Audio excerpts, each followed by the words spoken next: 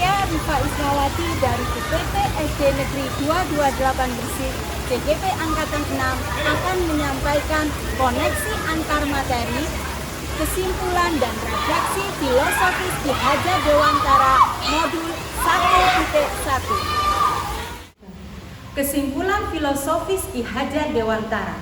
Pertama, pendidikan dan pengajaran tidak dapat dipisahkan. Menurut Ki Hajar Dewantara, pengajaran adalah bagian dari pendidikan. Pengajaran merupakan proses pendidikan dalam memberi ilmu atau berfaedah untuk kecakapan hidup anak secara lahir dan batin. Sedangkan pendidikan memberi tuntunan kepada segala kekuatan kodrat yang dimiliki anak agar ia mampu mencapai keselamatan dan kebahagiaan yang setinggi-tingginya, baik sebagai seorang manusia maupun sebagai anggota masyarakat. Pendidikan adalah tempat persemaian benih-benih kebudayaan dalam masyarakat. Ki Hajar Dewantara memiliki keyakinan bahwa untuk menciptakan manusia Indonesia yang beradab, maka pendidikan menjadi salah satu kunci utama untuk mencapainya. Yang kedua, pendidikan bertujuan menuntun. Ki Hajar Dewantara menjelaskan bahwa tujuan pendidikan yaitu menuntun segala kodrat yang ada pada anak-anak agar mereka dapat mencapai keselamatan dan kebahagiaan yang setinggi-tingginya sebagai manusia maupun sebagai anggota masyarakat. Pendidik itu hanya dapat menuntun tumbuh atau hidupnya kekuatan kodrat yang ada pada anak-anak agar dapat memperbaiki lakunya, bukan dasarnya hidup dan tumbuhnya kekuatan kodrat anak. Ki Hajar Dewantara mengibaratkan peran pendidik seperti seorang petani yang bertugas merawat tanaman sesuai dengan kebutuhannya agar tumbuh dan berkembang dengan baik. Tentu saja, beda jenis tanaman, beda pula cara merawatnya. Sebagai seorang pendidik, kita harus bisa melayani segala bentuk kebutuhan metode belajar siswa yang berbeda-beda. Kita harus bisa memberikan kebebasan kepada siswa untuk mengembangkan ide dan berkreasi, mengembangkan bakat dan minat siswa dengan tetap sebagai pamong, yakni memberikan tuntunan dan arahan supaya mereka tidak kehilangan arah dan membahayakan dirinya. Yang ketiga, pendidikan berhubungan dengan kodrat alam dan kodrat zaman. Ki Hajar Dewantara menjelaskan bahwa dasar pendidikan anak berhubungan dengan kodrat alam dan kodrat zaman. Kodrat alam berkaitan dengan sifat dan bentuk lingkungan di mana anak berada. Sedangkan kodrat zaman berkaitan dengan isi dan irama. Setiap anak lahir dengan sifat atau karakter yang berbeda-beda. Sebagai guru, kita tidak bisa menghapus sifat dasar yang mereka miliki. Kita hanya bisa membimbing mereka untuk memunculkan sifat baiknya dan menyamarkan sifat jeleknya. Kodrat zaman berarti sebagai guru harus membekali keterampilan kepada siswa sesuai zamannya agar mereka bisa hidup mandiri, berkarya, dan menyesuaikan diri. Dalam konteks pembelajaran sekarang, kita harus membekali siswa dengan kecakapan abad 21 dan yang tidak kalah pentingnya, budi pekerti. Budi pekerti juga harus menjadi bagian dari pendidikan dan pengajaran. Guru harus senantiasa memberikan teladan baik kepada siswa. Kita juga bisa memberikan pembiasaan positif di sekolah untuk menanamkan nilai-nilai budi pekerti kepada siswa. Yang keempat, ing ngarso sung tulodo, ing madya mangunkarso, tut wuri handayani. Sebagai seorang pendidik, kita harus menghormati dan memperlakukan anak dengan sebaik-baiknya sesuai kodratnya, membimbing mereka dengan setulus hati dan ikhlas, memberikan teladan baik, membangun semangat, memberikan dorongan bagi tumbuh kembangnya, menuntun mereka menjadi pribadi yang terampil, berakhlak mulia dan bijaksana, sehingga mereka akan mencapai kebahagiaan dan keselamatan lahir dan batin. Saya akan melakukan refleksi diri melalui 3 pertanyaan. Yang pertama, apa yang saya percaya tentang murid dan pembelajaran di kelas sebelum saya mempelajari modul 1.1. Yang kedua, apa yang berubah dari pemikiran atau perilaku saya setelah mempelajari modul ini. Dan yang ketiga, apa yang segera dapat saya terapkan lebih baik agar kelas saya mencerminkan pemikiran KHD. Hal yang saya percaya tentang murid dan pembelajaran di kelas sebelum saya mempelajari modul 1.1, yang pertama, kurang mengenal karakteristik siswa. Selama ini saya kurang memahami karakteristik masing-masing siswa, model belajar bagaimana yang mereka senangi, serta keunikan-keunikan apa yang ada pada diri mereka. Kurang mengenalnya saya terhadap karakteristik mereka menyebabkan kurang maksimalnya saya dalam menuntun mereka untuk menumbuh kembangkan minat dan bakat yang mereka miliki. Yang kedua, pembelajaran berpusat pada guru. Saya cenderung lebih dominan pada saat pembelajaran di kelas. Saya kurang melibatkan siswa selama proses pembelajaran. Saya kurang memfasilitasi mereka dalam menuangkan ide-ide kreatif. Saya kurang memberi kesempatan pada mereka untuk menemukan berbagai hal baru dan mendapatkan pengalaman baik dalam belajar yang bisa mendukung mereka untuk mengembangkan kreativitas. Hal ini membuat murid-murid saya kurang aktif dan berpikir kreatif. Yang ketiga, pencapaian materi dan KKM. Materi yang begitu banyak membuat saya selalu mengutamakan ketuntasan penyampaian materi kepada murid-murid saya. Penuntasan target materi dalam 1 semester ataupun 1 tahun merupakan salah satu proyek utama saya di kelas. Hal ini saya lakukan juga untuk menghindari adanya komplain apabila ada materi yang belum tersampaikan kepada siswa. Pencapaian KKM.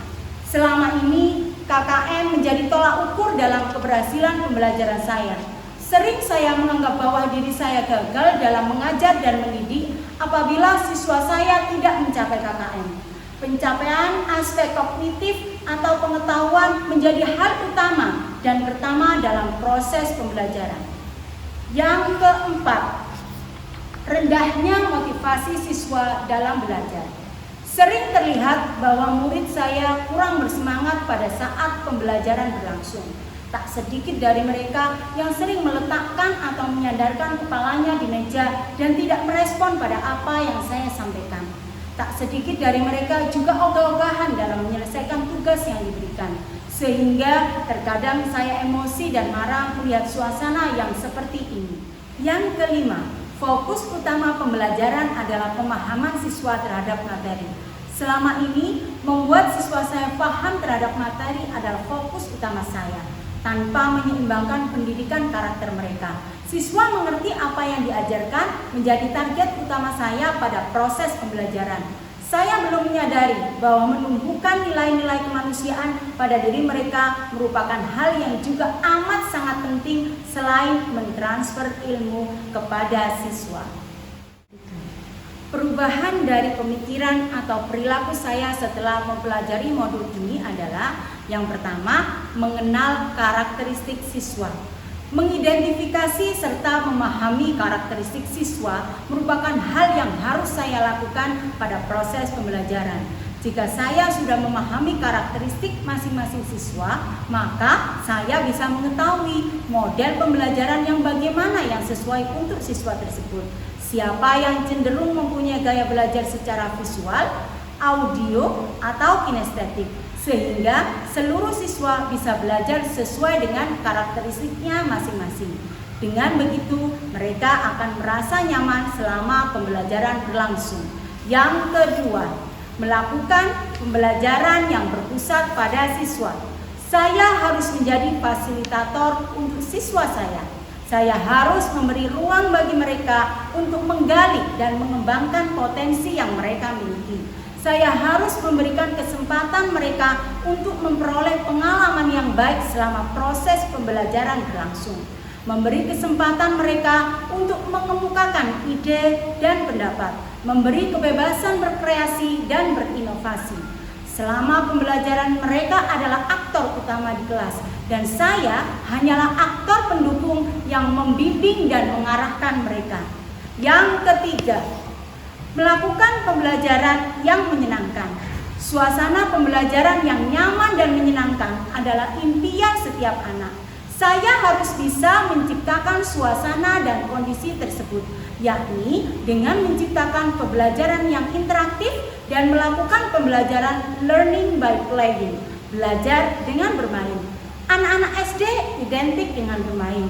Mengaitkan permainan dengan pembelajaran tentunya lebih membuat suasana belajar lebih menyenangkan. Belajar dengan bermain akan membuat anak-anak lebih antusias dalam belajar. Yang keempat, memberikan siswa kebebasan berkreativitas. Setiap anak memiliki keunikan masing-masing. Sebagai guru, saya harus memberikan wadah bagi mereka untuk merdeka dalam berkreativitas.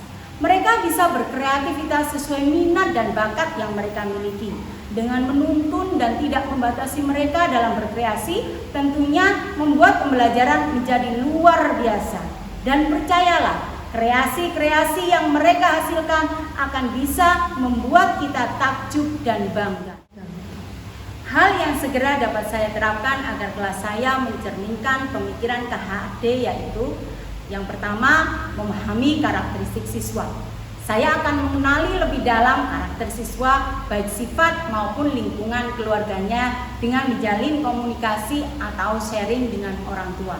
Yang kedua, penerapan merdeka belajar. Memberi kemerdekaan atau kebebasan siswa saya dalam belajar, hal yang harus segera saya terapkan di kelas. Salah satunya yakni dengan memberi kebebasan murid pada saat menyelesaikan sebuah tugas sesuai dengan minat dan bakat mereka. Yang memiliki bakat menari bisa mengaplikasikan dalam bentuk tarian. Yang memiliki bakat bernyanyi bisa menuangkan dalam bentuk lagu. Yang berbakat menggambar bisa membuat gambar atau lukisan. Bagi siswa yang puitis bisa menuangkan dalam bentuk puisi dan lain-lain. Dengan demikian, maka kompetensi yang ada pada diri masing-masing siswa akan bisa tumbuh dan berkembang dengan baik. Yang ketiga, pembelajaran yang menyenangkan.